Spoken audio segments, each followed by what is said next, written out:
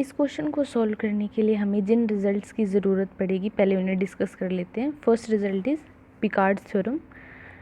Range of non constant entire function is either complex plane और omit at most one point from complex plane. इसमें क्या बोला गया है कि जो नॉन कांस्टेंट एंटायर फंक्शन होते हैं वो अपनी रेंज, उनकी जो रेंज होती है वो या तो पूरा कॉम्प्लेक्स प्लेन होता है या रेंज में कॉम्प्लेक्स प्लेन में से एटमोस्ट वन पॉइंट को ओमिट कर सकते हैं। ठीक है, और इस जो ये स्टेटमेंट है इसमें से नॉन कांस्टेंट वर्ड हम ओमिट नहीं कर सकते, क्योंकि अगर हमने कांस्टेंट फंक्शन ले लिया, क्योंकि कांस्टेंट फंक्शन एंटायर फंक्शन होते हैं, जो कांस्टेंट फंक्शन की रेंज होती है वो सिर्फ एक पॉइंट होती है, तो ये कांस्टेंट एंटायर फंक्शन के लिए ट्रू नहीं है, ये नॉन कांस्टेंट एंटायर फंक्शन के लिए। ठीक है, second is Liouville's theorem. Liouville's theorem में बोला गया bounded entire function are constant. Third is zeros of non constant entire function are countable. ठीक है, ये भी अगेन कांस्टेंट एंटायर फंक्शन के लिए ट्रू नहीं है, क्योंकि अगर हमने F Z is equal to zero for all Z belongs to complex plane, मतलब ज़ीरो फंक्शन ले लिया तो वो एंटायर फंक्शन है, लेकिन उसके जो ज़ीरोज होते हैं वो पूरा कॉम्प्लेक्स प्लेन है, मतलब अनकाउंटेबल हो जाएंगे। तो अगेन ये रिजल्ट भी नॉन कांस्टेंट एंटायर फंक्शन के लिए ट्रू है। ठीक है, अब ऑप्शंस में हमें कुछ कंडीशन दे रखी हैं, चारों ऑप्शन में चार कंडीशन दे रखी हैं और हमें उनके अकॉर्डिंग ये बताना है कि फंक्शन कांस्टेंट होगा या नहीं। ठीक है, तो first option is F is constant if range of F is contained in a straight line. ठीक है, ये कंडीशन दे रखी है, हमें ये बताना है कि अकॉर्डिंग टू दिस कंडीशन ये फंक्शन कांस्टेंट होगा या नहीं।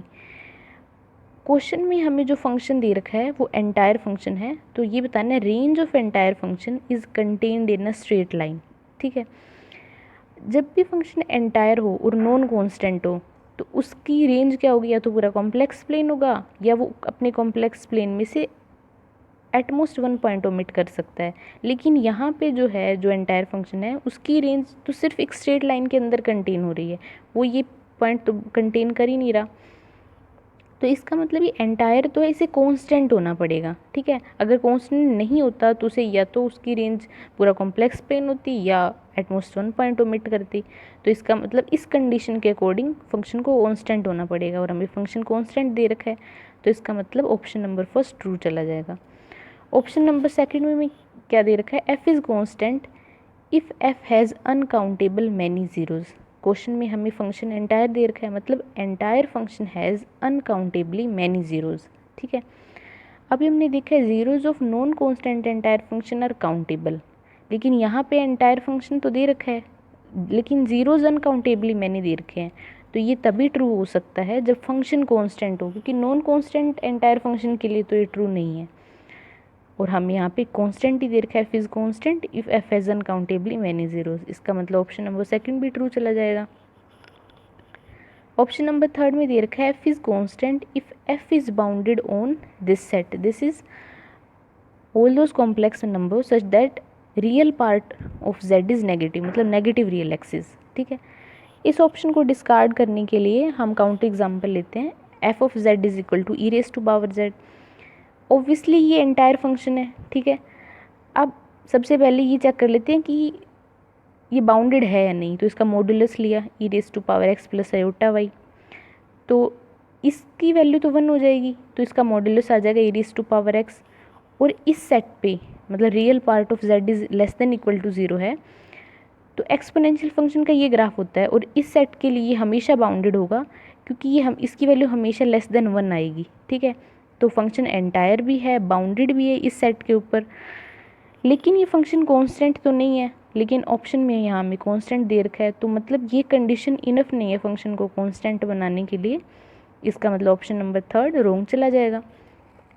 ऑप्शन नंबर 4 देखते हैं। ऑप्शन नंबर 4 में क्या बोला गया है, F is constant if real part of F is constant. ठीक है, अब इसका हम प्रूफ करते हैं। एफ को हमने इस तरह लिख लिया U plus iota V, real part of F is constant है। ठीक है, रियल पार्ट है मतलब यू इज़ कांस्टेंट। अब हमने इस एफ की हेल्प से एक और फंक्शन जनरेट किया e raise to power f, क्योंकि एफ एंटायर है, एक्सपोनेंशियल फंक्शन भी एंटायर होते हैं, तो e raise to power f भी एंटायर फंक्शन बन जाएगा। इसका हमने मॉड्यूलस लिया, क्या आएगा e raise to power u plus iota v, modulus लिया, यहाँ से हमें क्या मिल गया, e raise to power u, e raise to power iota v, ठीक है। अब इसकी वैल्यू तो 1 आ जाएगी, तो इसका मॉडुलस आ गया e raise to power u. U constant है, तो मतलब जो ई रेस टू पावर जो एंटायर फंक्शन है ये बाउंडेड फंक्शन है, तो e raise to power f is bounded entire function. तो by Liouville's theorem e raise to power has to be constant, क्योंकि लोवेल्स थ्योरम बोलती है कि bounded entire function are constant, तो ये कॉन्स्टेंट हो गया। यहाँ से इम्प्लाई होता है कि एफ इज़ कॉन्स्टेंट फंक्शन, यहाँ पे हमें एफ कॉन्स्टेंट फंक्शन दे भी रखा है, इसका मतलब ऑप्शन नंबर 4 भी सही चला जाएगा। इसका मतलब option number 1, 2 and 4 are correct and option number 3 is wrong.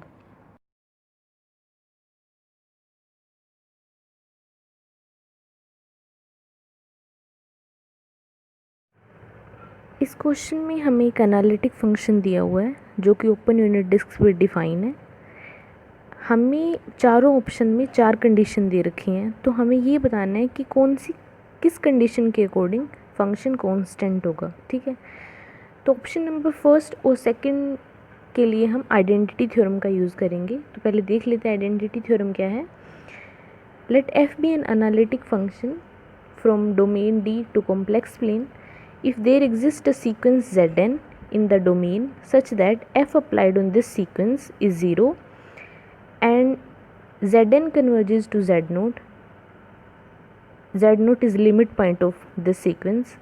if Zn जो लिमिट पॉइंट है Z0 वो डोमेन के अंदर हुआ, तो if Z0 belongs to D then f is constant function, मतलब ज़ीरो फंक्शन बन जाएगा। आइडेंटिटी थ्योरम के में क्या है, हमारे पास एक एनालिटिक फंक्शन है, डोमेन के अंदर एक हमें सीक्वेंस है हमारे पास, अगर और फंक्शन उस सीक्वेंस पे ज़ीरो है, सीक्वेंस जिस पॉइंट पे कन्वर्ज कर रही है अगर वो पॉइंट डोमेन के अंदर हुआ तो फंक्शन ज़ीरो फंक्शन बन जाएगा for all z belongs to D, ठीक है। ऑप्शन नंबर 1 में क्या दिया हुआ है, f applied on 1/n is 0 for all n greater than equal to 1। हमें ये बताना है कि इस कंडीशन के अकॉर्डिंग फंक्शन कांस्टेंट होगा या नहीं। तो 1/n को हमने सीक्वेंस मान ली Zn is equal to 1/n, ठीक है। हमें पता है कि ये सीक्वेंस 0 पे कन्वर्ज कर रही है, ठीक है। तो Zn 1/n है और जिस पॉइंट पे ये कन्वर्ज कर रही है वो 0 है, ठीक है। अब जो 0 है वो हमें पता है क्योंकि क्वेश्चन में हमें जो डोमेन दे रखी है वो ओपन यूनिट डिस्क है, ठीक है। ऑब्वियसली 0 ओपन यूनिट डिस्क में बिलोंग करती है, ठीक है। अगर Z0 बिलोंग्स टू D हो तो फंक्शन ज़ीरो फंक्शन बन जाता है ऑन द डोमेन, तो इसका मतलब f of z is equal to 0 for all z belongs to this open unit disc. इसका मतलब जो हमारा फंक्शन है वो कांस्टेंट फंक्शन बन जाएगा, तो इसका मतलब ऑप्शन नंबर 1 ट्रू चला गया। ऑप्शन नंबर थर्ड में भी यही करना है, f applied on 1/n² is 0 for all n greater than equal to 1। हमने 1/n² को Zn मान लिया, Zn is equal to 1/n² और ये सीक्वेंस 0 पे कन्वर्ज कर रही है, तो Z0 जो है वो 0 सीक्वेंस बन जाएगी। Z0 इज इक्वल टू 0 और 0 जो है वो ओपन यूनिट डिस्क में बिलोंग कर रही है, इसका मतलब अकॉर्डिंग टू आइडेंटिटी थ्योरम हमारा फंक्शन है वो 0 फंक्शन बन जाएगा, इसका मतलब f इज़ कॉन्स्टेंट फंक्शन।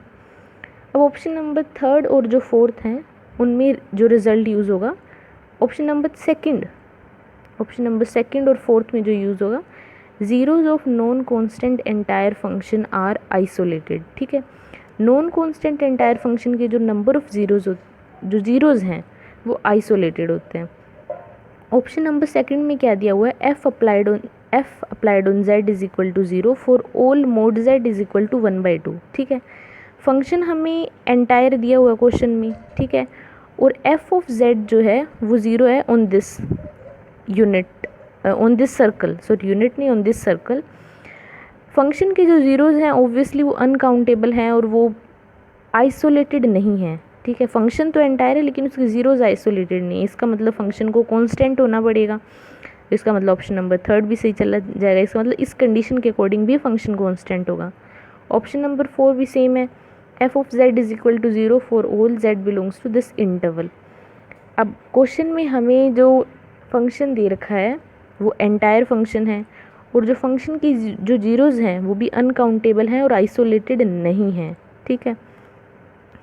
इसका मतलब फंक्शन एंटायर भी है लेकिन ज़ीरोज़ आइसोलेटेड नहीं है, तो इसका मतलब फंक्शन को कांस्टेंट होना पड़ेगा। इसका मतलब ऑप्शन नंबर 4 भी सही चला जाएगा। इसका मतलब ऑप्शन नंबर 1, 2, 3 एंड 4 चारों ऑप्शन इसके सही हैं। आई होप आपको ये क्वेश्चन समझ आया होगा। अगर आपको इस क्वेश्चन में कोई भी डाउट है तो आप कमेंट कर सकते हैं। Thank you.